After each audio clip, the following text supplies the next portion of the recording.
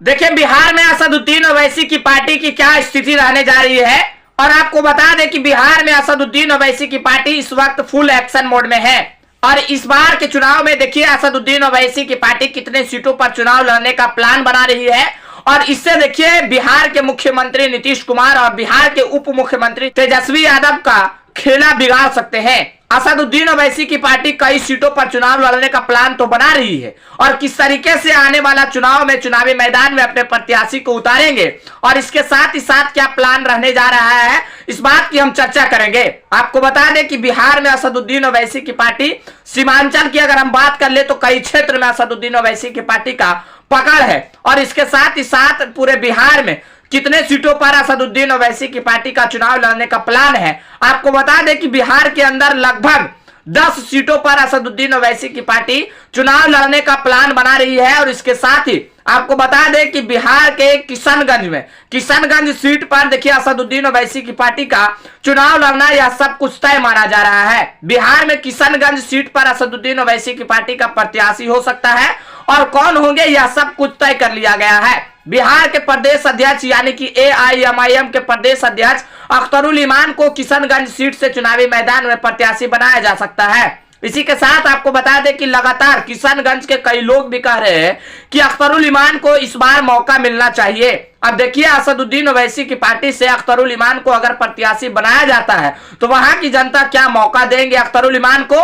लेकिन आपको बता दें कि इस बार के चुनाव में कुछ अलग ही रहने वाला है। चूंकि पिछले बार के चुनाव की अगर हम चर्चा कर ले तो पिछले बार के चुनाव में महज एक ही सीट ऐसा था जो पूरे बिहार में कांग्रेस पार्टी को जीत दर्ज मिला था, यानी कि महागठबंधन उस टाइम चुनावी मैदान में सिर्फ 1 सीटों पर जीत दर्ज किया था, वो भी किशनगंज की सीट पर। और इस बार के चुनाव में देखिए किशनगंज की सीट इसलिए चर्चा हो रहा है क्योंकि वहां से आपको बता दें कि मोहम्मद जावेद अभी कांग्रेस के सांसद हैं और इस बार के चुनाव में चुनौती देने के लिए वहां से एक पार्टी नहीं, 2 पार्टी नहीं, बल्कि 3 पार्टियों से चुनाव लड़ना पड़ेगा। और 3 पार्टियों में जो सबसे ज्यादा वोट जिसको मिलेगा। और देखिए आपको बता दें कि मोहम्मद जावेद को फिर से किशनगंज का प्रत्याशी बनाया जा सकता है।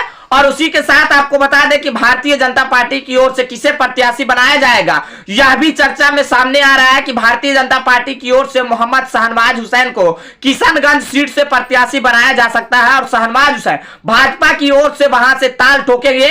और इसी के साथ असदुद्दीन ओवैसी की पार्टी की तरफ से अख्तरुल इमान को चुनावी मैदान में उतारा जाएगा और वहां इन तीनों पार्टियों में त्रिकोणीय मुकाबला होगा। पिछले बार भी मामला त्रिकोणीय था लेकिन जीत दर्ज मोहम्मद जावेद को मिल गया और उसके बाद अख्तरुल इमान चुनाव हार गए। लगभग 3 लाख वोट अख्तरुल इमान को मिला, लेकिन इस बार पूरे दमखम के साथ चुनावी मैदान में उतरना चाह रहे हैं। अब देखिए असदुद्दीन ओवैसी की पार्टी सिर्फ किशनगंज सीट पर ही चुनाव लड़ना नहीं चाहते हैं, बल्कि कई सीट ऐसे भी है जहां खाका तैयार किया जा रहा है कि इस बार के चुनावी मैदान में हम अपने प्रत्याशी को उतारेंगे। और देखिए कितने सीटों पर चुनावी मैदान में AIMIM के तरफ से उतारा जाता है और कितने सीटों पर इंडिया गठबंधन का खेल बिगड़ जाएगा। इसी के साथ आपको बता दें कि लगातार असदुद्दीन ओवैसी के नेता इस बात को भी दोहराते आए हैं कि हमें भी इंडिया गठबंधन में शामिल कर लेना चाहिए था, लेकिन इंडिया गठबंधन की ओर से कोई जवाब तो नहीं आया। फिर भी देखिए असदुद्दीन ओवैसी की पार्टी के नेता कितने सीटों पर चुनावी मैदान में अपने प्रत्याशी को उतारते हैं और कितने सीटों पर जीत का दम भर रहे हैं। फिलहाल आज के लिए इतना ही। अगर इस वीडियो को YouTube चैनल पर देख रहे हैं तो हमारे चैनल को सब्सक्राइब कर लीजिएगा। अगर इस वीडियो को Facebook पेज पर देख रहे हैं तो हमारे पेज को फॉलो कर लीजिएगा। कमेंट बॉक्स में अपनी प्रतिक्रिया जरूर दें। मिलते हैं अगली वीडियो में, तब तक के लिए जय हिंद, जय भारत।